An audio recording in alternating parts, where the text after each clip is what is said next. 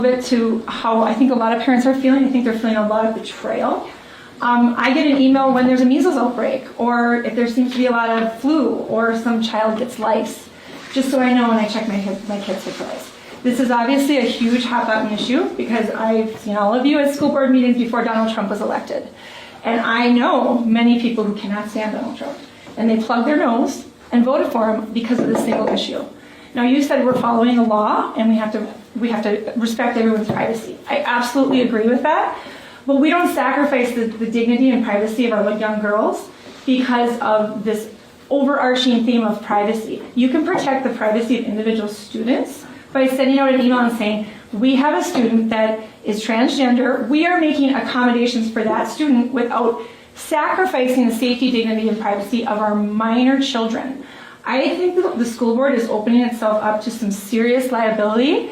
If you're doing this without the parents knowing, especially before the previous election, when we were standing room only telling you, hey, we have concerns about this, we all voted for Donald Trump and we all realize it's all being adjudicated right now. They're actually at the Supreme Court right now and they couldn't define a woman, the arguments for this. They literally said there's no working definition of a woman. Well, I've been teaching biology for 30 years. I can tell you there's a working definition. I can give it to you afterwards if you need. When Title IX was passed back in 1973, you can go back and look at the intent of the law and look at how it was argued. That's how our process is. We elect representatives in a constitutional republic so that they can represent us democratically through the legislative process. And the whole purpose of Title IX was that women were being discriminated against because of their bodies. They could not physically compete against men for academic scholarships at the federal level. So the federal government said, we have to carve out for those differences. Men and women are not the same. Not one's better or worse. They are different, though. And for equal opportunity, the federal government said, we're not going to fund things if you don't give equal access and equal opportunity to women. They need sports, private spaces, locker rooms, safety, and dignity so that they can compete and actually have equal opportunity because there are sex differences. That was the intent of Title IX, and unless you're a moron, you know that. You know that was the intent of Title IX, and then 5 seconds ago, a bunch of unelected bureaucrats decided to redline the Constitution and Title IX and change it from on the basis of sex to on the basis of whatever you feel like today. Are you a boy today or are you a girl today? And that's a real thing. Where I work over spring break, they had an entire conference on gender fluidity and how we need to be aware that sometimes people change their gender the same day.